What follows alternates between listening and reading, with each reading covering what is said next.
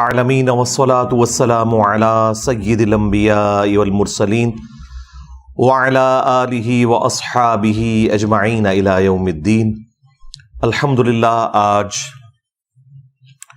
27 اگست 2023 کو سنڈے کے دن ہمارا یہ پبلک سیشن نمبر 109 منعقد ہونے جا رہا ہے۔ آپ کے سوالات ریئل ٹائم یہ پرچیوں کی شکل میں میرے پاس آ چکے ہیں، انشاءاللہ انہیں میں بعد میں ڈسکس کروں گا۔ پہلے ایک کرنٹ ایشو جو آج کل پاکستان کے مین سٹریم میڈیا کی بھی زینت بنا ہوا ہے اور سوشل میڈیا کے اوپر تو کافی دل دہلا دینے والی انفارمیشن سامنے آ رہی ہیں،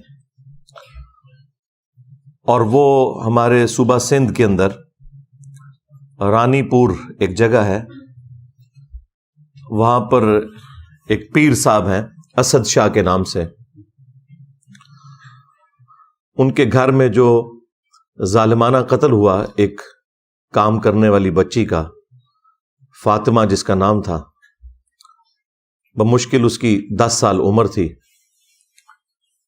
گھر والوں نے پیر صاحب کی خدمت کے لیے چھوڑا ہوا تھا۔ ظاہر ہے کہ جہالت عام ہے، اس طرح بچیاں لوگوں کے گھروں میں چھوڑنا خدمت کرنے کے لیے نہ تو یہ شرعی اعتبار سے حلال ہے اور نہ پاکستان کے قانون کے مطابق یہ حلال ہے۔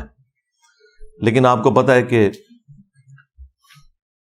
ہم لوگ نہ دنیا کے ساتھ مخلص ہیں، نہ دین کے ساتھ، نہ اپنی آخرت کے ساتھ۔ صدیوں سے استحصال ہو رہا ہے غریب عوام کا، ان کی غربت اور جہالت دونوں کا فائدہ اٹھایا جاتا ہے، اور یہ جو پیر طبقہ ہے بالخصوص، ان کے علاوہ بھی وڈیرے، بڑے بڑے جاگیردار، پیسے والے لوگ صدیوں سے غریب لوگوں کا استحصال کرتے آئے ہیں۔ اسی کی ایک نمائندہ مثال یہ رانی پور والا واقعہ ہے۔ میڈیا کے ذریعے آپ کو کافی زیادہ تفصیلات اس کی معلوم چل گئی ہوں گی، میں ظاہر ہے کہ اس لیول پہ اتر کے تو وہ ساری گفتگو نہیں کر سکتا، وہ آپ کو آلریڈی معلوم ہے۔ میں تو اس کے ان پہلوؤں کے اوپر گفتگو کروں گا جو ہمارے اس پلیٹ فارم کا تقاضا ہے کہ ہم حق کے لیے آواز بلند کریں۔ افسوس کی بات یہ بھی ہے کہ سندھ میں پچھلی 3-4 دہائیوں سے اس سیاسی جماعت کی حکومت ہے کہ جو اپنے آپ کو ڈیموکریسی کا چیمپئن کہتی ہے، اور اپنے زوم میں وہ کارل مارکس کے نظریات کو آگے لے کے چلنا چاہتے ہیں، لیکن پریکٹیکلی وہاں پر اسی طریقے سے فیوڈلزم جاری ہے، پیر فقیری کی فارم کے اندر، اور یہ سارے پیر فقیر تمام جماعتوں کے اندر اعلیٰ پوسٹوں کے اوپر بیٹھے ہوئے ہیں۔ حکومتیں جب بنتی ہیں، خواہ وہ پیپلز پارٹی کی حکومت ہو، مسلم لیگ کی ہو یا پی ٹی آئی کی ہو، آپ کو وہی چہرے نظر آئیں گے، ان کے اپنے معاملات اسی طریقے سے چل رہے ہیں۔ ہاں، صرف ٹی وی میں تقریر کرنے کے لیے، جلسوں میں بنیادی انسانی حقوق کی آواز اٹھانے کے لیے آپ کو یہ سرگرم نظر آئیں گے، لیکن پریکٹیکلی ان کی اپنی زندگیاں ان تمام چیزوں سے آ رہی ہیں، بلکہ یہ اس پورے سسٹم کے بینیفیشری ہیں کہ یہ غریب لوگوں کا اور جاہل لوگوں کا استحصال کر رہے ہیں۔ خود دیکھیں کہ ان کی اولادیں کتنی پڑھ لکھ گئی ہیں، دوسرے ملکوں سے پڑھ کے آئی ہوئی ہیں، لیکن اپنے علاقوں میں نہ بلوچستان کے اندر اور نہ سندھ کے اندر یہ لوگ سکولز اور کالجز یا یونیورسٹیز کو پروموٹ کرتے ہوں، بالکل آپ کو ایسا نظر نہیں آئے گا۔ یہ چاہتے ہیں کہ عوام جاہل رہے اور اس طریقے سے ہم انہیں اپنا غلام بنا کر رکھیں، کیونکہ جب جہالت دور ہوتی ہے تو سب سے پہلے ان لوگوں کی جو چودراہٹ ہے وہ سٹیک پہ لگ جاتی ہے، جن لوگوں نے لوگوں کی جہالت کا فائدہ اٹھایا ہوتا ہے۔ یہ اتنے بڑے 2 ہتھیار ہیں ان کے پاس، ایک جہالت اور دوسرا غربت، کہ جس کے ذریعے یہ کچھ بھی کر سکتے ہیں۔ ورنہ کس کا دل کرتا ہے کہ چھوٹے سے بچے، ہم خود بچوں والے ہیں، دوسروں کے گھروں میں خدمت کے لیے چھوڑ دیں، اور اس کے بعد کہ جب اس طرح کی چیزیں بھی باہر نکلتی ہیں، لوگ کہتے ہیں آج کل کے پیر فقیر جو ہیں وہ راہ راست سے ہٹ گئے ہیں اس لیے واقعات آ رہے ہیں۔ ان سے پہلے بھی جتنے لوگ ہیں وہ اسی قسم کے تھے۔ پہلے سوشل میڈیا نہیں تھا، ویڈیوز نہیں بنتی تھیں، خبریں باہر نہیں نکلتی تھیں، لوگ ڈرتے تھے بات کرتے ہوئے، کیونکہ پورے پورے خاندان غائب کروا دیے جاتے تھے۔ کس وجہ سے؟ کہ اگر کوئی حق کے لیے آواز بلند کرے، حکومتوں میں بیٹھے ہوئے لوگ انہی پیروں فقیروں کے جاگیرداروں کے بینیفیشری ہوتے تھے اور یہ ان کے بینیفیشری ہوتے تھے، اس وجہ سے کوئی آواز بلند نہیں کرتا تھا، پورا پورا خاندان قتل ہو جاتا تھا۔ یہ آج بھی یہ جدید جو اس دور کے اندر آپ کو سچائی کے لیے آواز اٹھانا آسان ہو گیا میڈیا کی برکت سے، تو یہ بھی آپ گوروں کو دعائیں دیں کہ اللہ تعالیٰ انہیں ہدایت دے، یہ انہوں نے ایک بہت بڑا کام کر دیا، ادروائز ہمارے بڑوں نے تو ہمیں جاہل ہی رکھا۔ اب اس طرح کی صورتحال کے اندر سب سے پہلے تو میں ایجوکیٹ کروں گا مسلم عوام کو کہ آپ کب تک اپنے مذہبی پیشواؤں کے ہاتھوں، جاگیرداروں کے ہاتھوں، پولیٹیشنز کے ہاتھوں اس طرح یرغمال بن کے رہیں گے؟ یہ کون سا اسلام ہے کہ آپ چھوٹے چھوٹے بچے اور بچیاں ان سو کالڈ پیروں کے اور بزرگوں کے حوالے کرتے ہیں؟ اور اس حمام کے اندر سارے ننگے ہیں۔ 2 ہفتے پہلے ہم ایک جج کو ڈسکس کر رہے تھے، اس کے گھر میں ایک ملازمہ تھی، اس کی کتنی پٹائی کی جاتی تھی، جس طرح یہ اسد شاہ جو پیر ہے اس کے گھر میں بھی اس کی بیوی اس کی پٹائی بھی کرتی تھی، وہی سیم صورتحال، اس کے جسم میں بھی کیڑے پڑ گئے، ہڈی ٹوٹی ہوئی تھی جب اس کی لاش کو غسل دے رہے تھے، لیکن وہ غریب طبقہ تھا، خاموش ہو گیا، اور انہیں دبا کر ان لوگوں نے یہ بیان دینے پر مجبور کیا کہ یہ بیماری کی وجہ سے مری ہے، اور وہاں کے ڈاکٹرز بھی ساتھ ملے ہوئے ہیں، پولیس بھی ساتھ ملی ہوئی تھی۔ یہ تو جب سوشل میڈیا کے اوپر اس طریقے سے آواز بلند کی گئی لوگوں نے، تو پھر جو سینئر پولیس کے آفیسرز ہیں وہ میدان عمل میں اترے ہیں، انہوں نے ایک دلیری دکھائی ہے اور اس پورے معاملے کو لیا ہے۔ اب تو آپ کو پتہ ہے کہ پوسٹ مارٹم بھی ہو چکا ہوا ہے اس بچی کا، اور وہ سب کچھ ثابت ہو گیا ہے، اس کا جسمانی استحصال بھی ہوا ہے اور جنسی استحصال بھی ہوا ہے، ایک ایک چیز میڈیکل رپورٹ کے اندر آ چکی ہے۔ 10 سال کی بچی، اور دیکھیں اس کی زندگی کے آخری لمحات کیمرے میں بھی کیپچر ہیں، جس میں وہ تڑپتے ہوئے جان دے رہی ہے۔ پہلے اس کی ورڈک آئی تھی کہ ہم تو بڑے نیک لوگ ہیں، ہم تو اپنے ملازمین کو بھی اپنے ساتھ اپنے کمرے میں سلاتے ہیں کیونکہ گرمی ہوتی ہے، اور کیمرے ہم نے اسی لیے لگائے ہوئے ہیں کہ تاکہ یہ ملازمین چوری نہ کریں، اور بقول پیر کے کہ وہ ویڈیو ہم نے خود عام کی تھی یہ بتانے کے لیے کہ یہ اپنی نیچرل ڈیتھ مری ہے، یہ بیمار تھی، اور میڈیکل رپورٹ بھی جعلی بنوا لی انہوں نے۔ وہ تو جب اس کی لاش کا پوسٹ مارٹم ہوا ہے تو سارے معاملات کھل گئے کہ سب کے سب لوگ ملے ہوئے تھے، چاہے پولیس ہو، خواہ ڈاکٹرز ہوں، اور خواہ ان کے اپنے مریدین ہوں، حتیٰ کہ وہ جو کچے کے علاقے کے ڈاکو ہیں وہ اب ویڈیوز بنا کے یہ کہہ رہے ہیں کہ ہمارے پیر صاحب کے بارے میں جس نے بھی کوئی گفتگو کی ہم اسے نہیں چھوڑیں گے۔ یعنی ڈاکو بھی ان کی سپورٹ میں نکلا ہے، یہ ان کی فضیلت کے لیے کافی ہے یہ بات۔ وہ صحافیوں کو، پولیس کو، میڈیا کے لوگوں کو دھمکیاں لگا رہے ہیں، تو یہ سارے ایک دوسرے کے بینیفیشری ہیں، کیونکہ یہی وڈیرے اور پیر انہیں پالتے ہیں ڈاکوؤں کو، اور ان کے ذریعے عوام کے اوپر اپنی دھاک بٹھا کے رکھتے ہیں، اور وہ ان کے لیے کام کرتے ہیں۔ بہرحال اس وقت میڈیا کے اندر جتنی اس کی آواز بلند ہوئی ہے اور جس طریقے سے ٹیک اپ کیا ہے ہماری پولیس نے اور باقی اداروں نے، تو مجھے لگ رہا ہے کہ انشاءاللہ یہ منطقی انجام تک معاملہ پہنچے گا، اور وہ تو جیل کے اندر ہے، اس کی بیوی غائب ہے، پری ریسٹ بیل لی ہوئی ہے، لیکن ظاہر ہے کہ وہ بیل تو خارج ہو جائے گی، وہ زیادہ عرصہ نہیں بیل رہتی۔ جس طرح وہ جج کی وائف کی بھی فارغ ہو گئی تھی اور وہ بھی اندر ہے، جج کو بھی اس کو نوکری سے فارغ کر رہے ہیں، اس کے ساتھ بھی اب اس طرح کا معاملہ انشاءاللہ مستقبل میں ہوگا۔ شواہد کی بنیاد کے اوپر لگ رہا ہے کہ یہ اب بچنے والا نہیں انشاءاللہ تعالی۔ تو میں عوام الناس سے ریکویسٹ کر رہا تھا کہ آپ لوگ بھی ان کے ہاتھوں یرغمال نہ بنیں، خدا کے لیے اپنے دین کی حفاظت کریں، اپنی آخرت کی حفاظت کریں، اپنی اولاد کی حفاظت کریں۔ یہ مذہبی پیشوا اور جو امیر لوگ ہیں ہمیشہ سے استحصال کرتے ہیں، ہم تو یہ آج باتیں کر رہے ہیں، آج سے 700 سال پہلے حافظ ابن کثیر جنہوں نے تفسیر ابن کثیر لکھی 774 ہجری میں وہ فوت ہوئے ہیں اور آج چل رہی ہے 1445 ہجری، تو آلموسٹ 700 سال پہلے انہوں نے قرآن کی تفسیر بھی لکھی. تفسیر ابن کثیر کے نام سے پوری دنیا میں اہل سنت کے ہاں ایک مین تفسیر مانی جاتی ہے، اگرچہ اس میں کچھ کمزوریاں بھی ہیں لیکن اوورال ایک بہت اچھی تفسیر ہے. اور پیرلل میں انہوں نے تاریخ ابن کثیر بھی لکھی. عربی میں اس کا نام البدایہ والنہایہ ہے لیکن اردو میں تاریخ ابن کثیر کے نام سے مشہور ہے. اس میں انہوں نے اپنے زمانے کے لوگوں کے بارے میں لکھا ہے اور کیٹاگوریکل انہوں نے مینشن کیا ہے کہ جتنے حکمران ہیں، بادشاہ، حکومتی عہدے داران، علماء، فقہا، بزرگان دین کی انہوں نے فضائل لکھے ہوئے ہیں. اس میں میری ویڈیو سے متاثر نہیں ہوئے تھے ابن کثیر. انہوں نے ان ساروں کے نام لکھ کے کہا کہ یہ سب کے سب لوگ یہ بچوں کے ساتھ منہ کالا کرنے کے مرض کے اندر مبتلا ہیں سوائے جن کو اللہ بچا لے.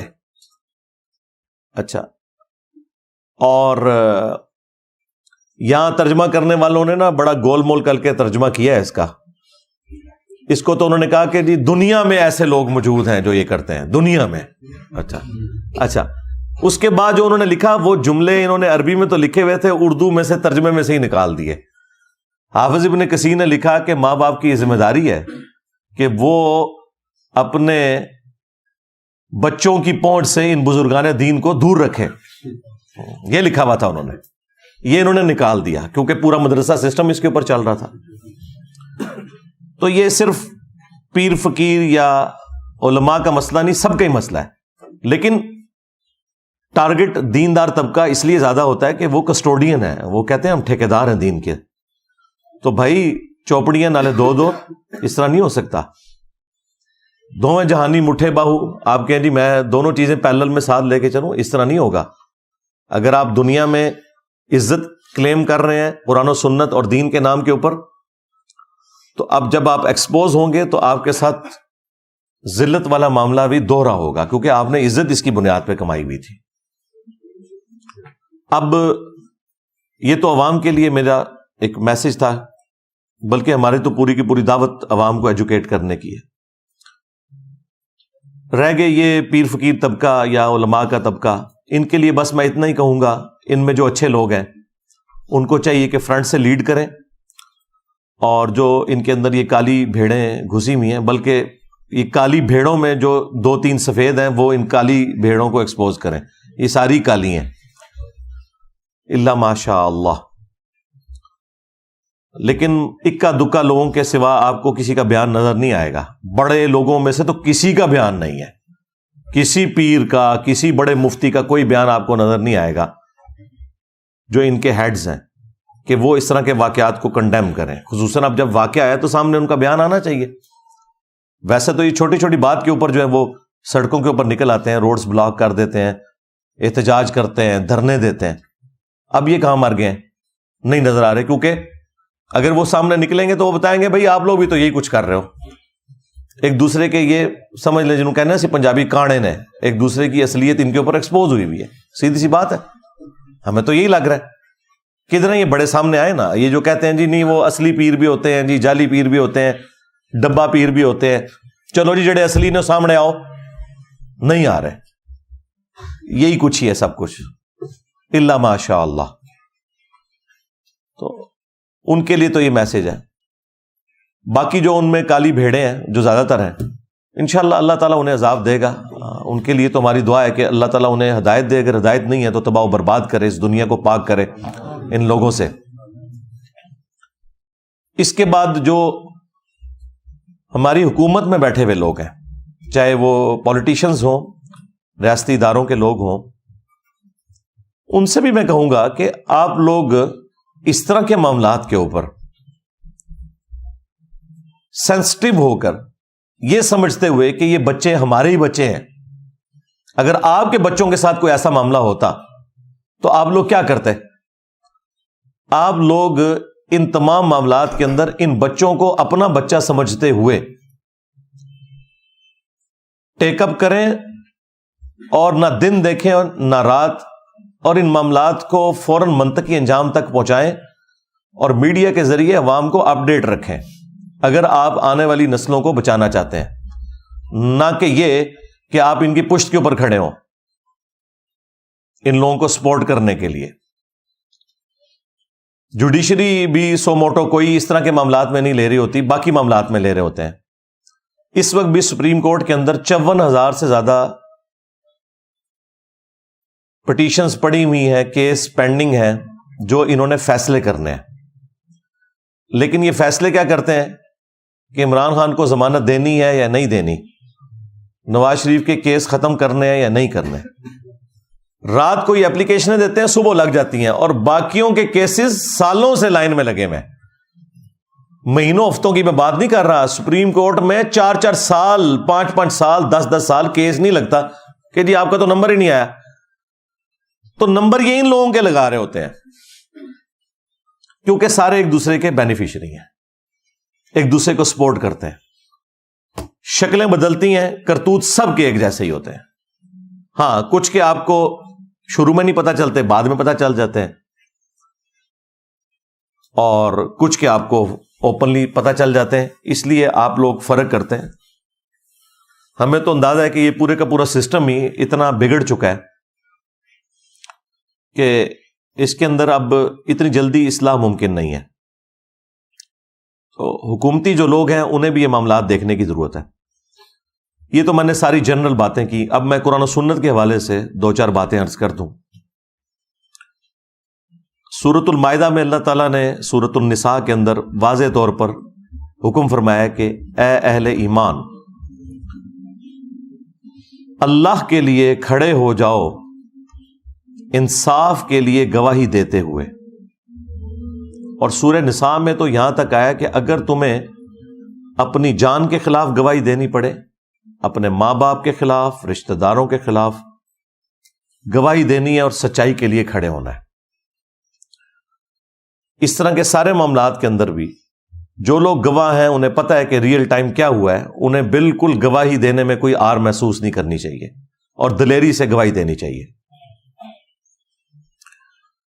اس کے بعد اللہ تعالیٰ نے سورۃ المائدہ میں ایسے لوگوں کی جو سزا ہے وہ بھی بیان فرمائی ہے کہ ہم نے بنی اسرائیل کے لیے بھی یہ طے کر دیا تھا اور اس شریعت کے اندر بھی کہ جان کے بدلے جان، آنکھ کے بدلے آنکھ، ناک کے بدلے ناک، کان کے بدلے کان، دانت کے بدلے دانت، اور ہر زخم کے بدلے اس لیول کا زخم لگایا جائے اس ظالم کو کہ جس نے مظلوم کے ساتھ یہ سارا معاملہ کیا۔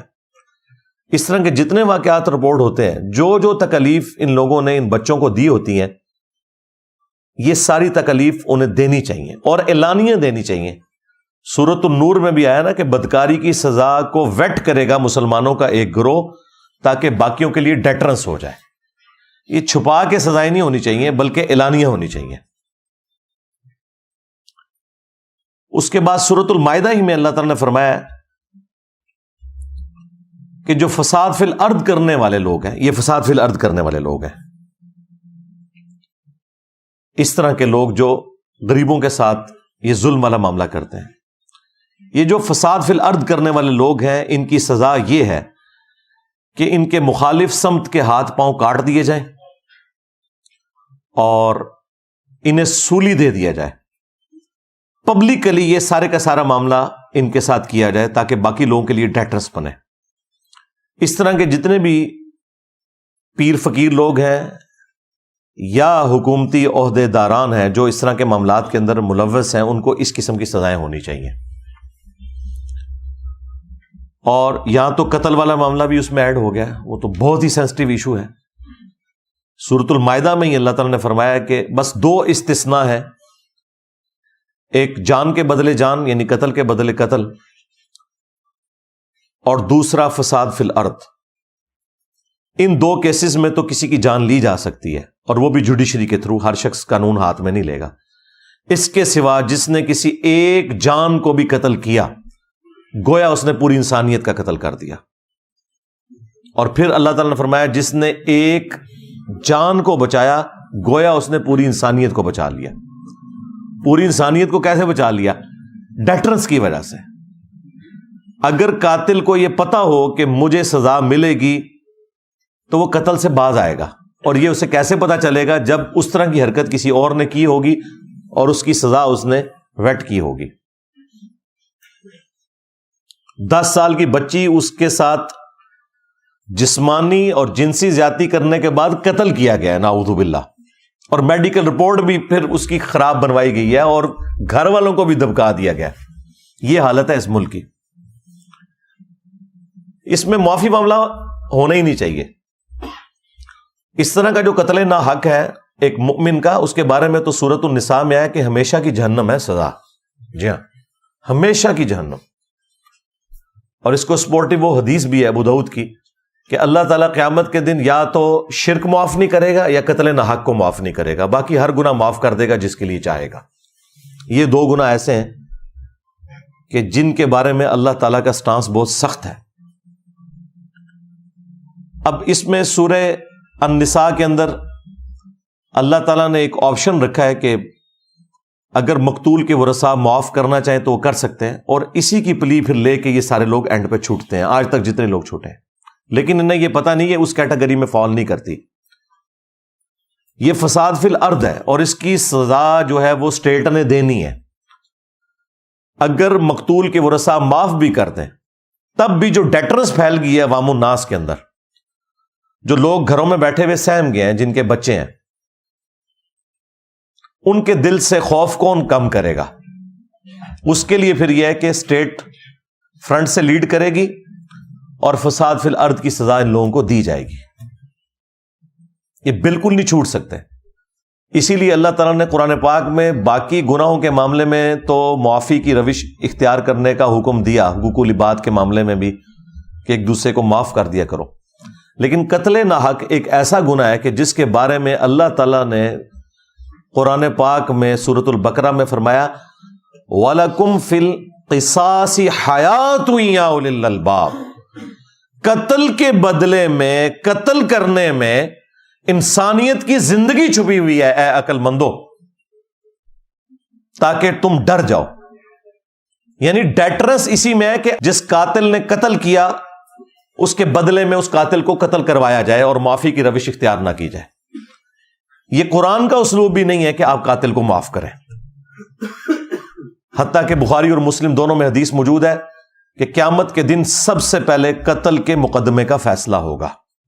سب سے پہلے قتل کے مقدمے کا. جی ہاں, ایک حدیث ابو داؤد کے اندر ہے کہ سب سے پہلے نماز کے بارے میں سوال ہوگا, لیکن وہ ہے حقوق اللہ کا معاملہ, کیونکہ سنن نسائی کے اندر ایک حدیث ہے کہ حقوق اللہ میں سب سے پہلے نماز کے بارے میں فیصلہ ہوگا اور حقوق العباد میں قتل کے مقدمے کے بارے میں سب سے پہلے فیصلہ ہوگا. اور وہ فیصلہ کس لیول کا ہے کہ ابو داؤد کے اندر حدیث موجود ہے کہ مقتول قیامت کے دن اپنے قاتل کو الٹ ہوگا. یہاں تو قاتل نے قتل کیا تھا نا, وہاں پہ جو قتل ہوا وہ شخص ہے وہ اپنے قاتل کو پیشانی کے بالوں سے پکڑے گا, اس حال میں کہ اس کی اپنی رگوں سے خون بہ رہا ہوگا, اور وہ اسے گھسیٹتا ہوا اللہ تعالیٰ کی بارگاہ کے اندر پیش کرے گا. اللہ تعالیٰ کے عرش کے پاس پہنچ جائے گا اور کہے گا کہ یا اللہ آج مجھے انصاف چاہیے کہ اس نے دنیا میں میری جان کیوں لی تھی. اتنی اللہ سے فرینکنس ہے مقتول کی کہ وہ قاتل کو پیشانی کے بالوں سے پکڑ کے اللہ کے پاس پہنچ جائے گا. یہی حدیث جب سنن نسائی میں آئی ہے تو اس میں وہ صحابی کہتے ہیں کہ اس حدیث کی وجہ سے وہ اپنا فتویٰ ساتھ دیتے ہیں کہ اعانت نہ کرو, مدد نہ کرو کسی قاتل کی مقتول کو قتل کرنے کے معاملے میں. اور وہ اسپیشلی حکمرانوں کو ذکر کرتے ہیں کہ اپنے معاملات کو سدھار لو. صحیح بخاری کے اندر ایک حدیث ہے, اس کو سپورٹو حدیث ترمذی میں ہے. ترمذی والی حدیث کے اوپر تو کلام ہے بعض محدثین کا, لیکن اس کے الفاظ بہت خطرناک ہیں. میرے نزدیک تو وہ روایت بخاری کی وجہ سے مضبوط ہو جاتی ہے. ترمذی میں الفاظ ہیں کہ اگر زمین و آسمان کی ساری مخلوقات مل کے ایک مومن کو قتل کرتے ہیں تو اللہ تعالیٰ پوری کائنات کو جہنم میں پھینک دے گا اس ایک مومن کے قتل کے بدلے میں. جامعہ ترمذی میں جو یہ حدیث ہے اس کو سپورٹو جو بخاری کی حدیث ہے اس میں الفاظ ہیں کہ سیدنا عمر کے دور میں جب ایک قتل کا مقدمہ آیا تو سیدنا عمر نے کہا کہ اگر یہ پورا گاؤں بھی اس ایک بندے کو قتل کرنے میں شریک ہوتا تو میں سب کو قتل کروا دیتا. ایک بندے کے قتل کے بس. جامعہ ترمذی میں اور سنن ابن ماجہ میں حدیث ہے نبی علیہ السلام نے فرمایا کہ اے کعبہ تیری خوشبو بہت اچھی ہے لیکن ایک مؤمن کی حرمت اللہ تعالیٰ کے نزدیک تجھ سے بھی بڑھ کر ہے. اور جامعہ ترمذی میں حدیث ہے کہ نبی صلی اللہ علیہ وآلہ وسلم نے فرمایا کہ اللہ تعالیٰ کے نزدیک ایک مؤمن کا قتل کرنا اس سے بڑا گناہ ہے کہ کوئی شخص پوری دنیا کو تباہ و برباد کر دے. اب پوری دنیا کے اندر سب کچھ آتا ہے, سارے بزرگان دین, ان کے مزارات اور کعبہ شریف, سب کچھ کوئی برباد کر دینا, حرمت کی ساری جگہ ختم کر دے, اس سے بڑھ کر جرم ہے ایک مومن کا قتل. اور یہ صرف بات مومن تک نہیں ہے, صحیح بخاری میں حدیث ہے جس نے ایک کافر کو بھی ناحق قتل کیا جو مسلم سٹیٹ کے اندر ٹیکس دے کر عہد کی پاسداری کر رہا تھا, جزیہ دے کر رہ رہا تھا, تو اللہ تعالیٰ ایسے شخص کے اوپر جنت کو حرام کر دے گا یہاں تک کہ وہ جنت کی خوشبو بھی نہیں پائے گا جو کہ 40 سال کی مسافت سے آ رہی ہوگی. یعنی کافر کا ناحق قتل کرنے والا جنت میں جانا تو دور کی بات ہے, جنت کی خوشبو بھی نہیں پائے گا. تو مومن کا قتل تو پھر بہت بڑے لیول کی چیز ہے. لیکن یہ ساری کی ساری حدیثیں, آیات ہماری کتابوں میں لکھی رہ گئیں. پریکٹیکلی مسلمان اس وقت دنیا کے امن کے لیے ایک خطرہ ہی بنے ہوئے ہیں تھوڑے سے ہیں, زیادہ تر مسلمان تو ایسے نہیں ہیں, لیکن وہ تھوڑے اتنے ڈومیننٹ ہیں کہ اس دنیا کو انہوں نے جہنم بنا دیا. پاکستان کو تو بنا دیا ہے جہنم, آپ کے سامنے ہے. نہ مسلمانوں کی جان مسلمانوں کے ہاتھ سے محفوظ ہے اور نہ نان مسلمز کی جان ان لوگوں کے ہاتھ سے محفوظ ہے. جب چاہتے ہیں جس کے اوپر چاہتے ہیں چڑھ دوڑتے ہیں اور ایک سمجھ لیں لا قانونیت والا معاملہ نظر آتا ہے. اس لیے میں نے قتل ناحق سے متعلق یہ ساری حدیثیں فی البدی بیان کی, اور یہ اتنی دفعہ میں نے بیان کی ہیں کہ وہ مطلب مجھے کوئی بیٹھ کے کوئی رٹا نہیں مارنا پڑتا. یہ آپ رات کو 12 بجے بھی اٹھا کے مجھ سے آیات اور احادیث سنیں, کیونکہ اس ملک میں تو آئے دن یہ احادیث ہمیں بیان کرنی پڑتی ہیں کہ خدا کے لیے بیسک ہیومن رائٹس کا کوئی خیال کریں, یہ دنیا کو رہنے کے قابل چھوڑیں, خواہ انڈیویجول لیول پہ ہو خواہ جماعتی لیول کے اوپر ہو, ایک دوسرے کی جان کی قدر کریں. اور اس میں آخر میں حکمرانوں کے لیے میسج ضرور دوں گا جنہیں بڑا شوق ہے پوسٹ حاصل کرنے کا, لیکن میں ببانگ دوہل کئی ویڈیوز میں کہہ چکا ہوں کہ حکمرانوں کی تو جہنم کنفرم ہے, اللہ ماشاء اللہ کو بچ جائے تو بچ جائے, حکمران نہیں بچتے. انہیں بڑی شیروانیاں پہننے کا اور بڑی ٹائیاں لگانے کا اور بڑے بیج لگانے کا شوق ہے, انہیں پتہ نہیں ہے کہ یہ پوسٹ کتنی خطرناک ہے. بخاری اور مسلم دونوں میں حدیث ہے کہ بدترین گڈریا وہ ہے جو کسی قوم کے اوپر گڈریا ہے, یعنی حکمران ہے, اگر اس نے انصاف نہ کیا تو وہ جنت کی خوشبو بھی نہیں پائے گا. ہاں جی, خوشبو بھی نہیں پائے گا. ایک اور حدیث ہے بخاری اور مسلم میں, تم میں ہر شخص نگہبان ہے, اس سے اس کی رعیت کے بارے میں پوچھا جائے گا.